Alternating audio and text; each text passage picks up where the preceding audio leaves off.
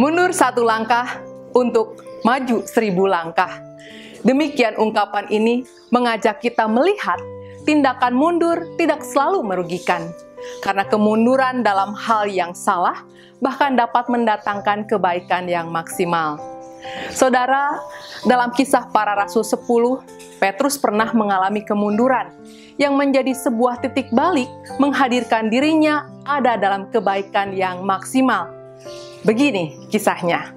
Seperti yang kita ketahui, Petrus adalah salah satu murid Tuhan Yesus yang seorang Yahudi. Dan karena itu rasanya wajar jika ia hidup seperti kebanyakan orang Yahudi. Petrus punya gaya hidup dan pola pikir yang sama dengan orang Yahudi pada umumnya. Dan karenanya Petrus juga adalah seorang yang menjaga ketat kekudusan dalam kehidupannya.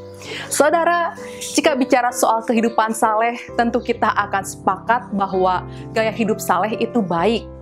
Akan tetapi ternyata kemudian kalau kita perhatikan tanpa disadari, Petrus seperti kebanyakan orang Yahudi pada umumnya jatuh pada kekakuan pola pikir.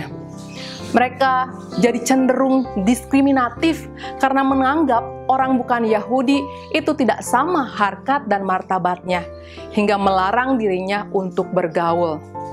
Untuk itu saya pikir kita semua akan menjadi sepakat jika pikiran dan sikap seperti itu tidak baik dan tidak mendatangkan kebaikan.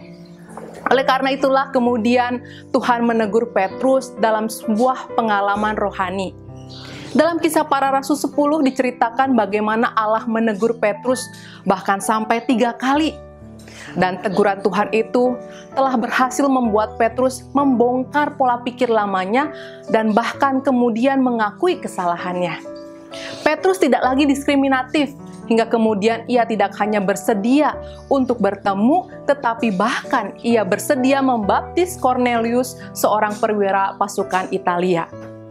Saudara, sikap Petrus yang bersedia untuk dikoreksi menjadi contoh kepada kita bahwa mundur satu langkah dalam jalan hidup yang salah bukan satu hal yang merugikan.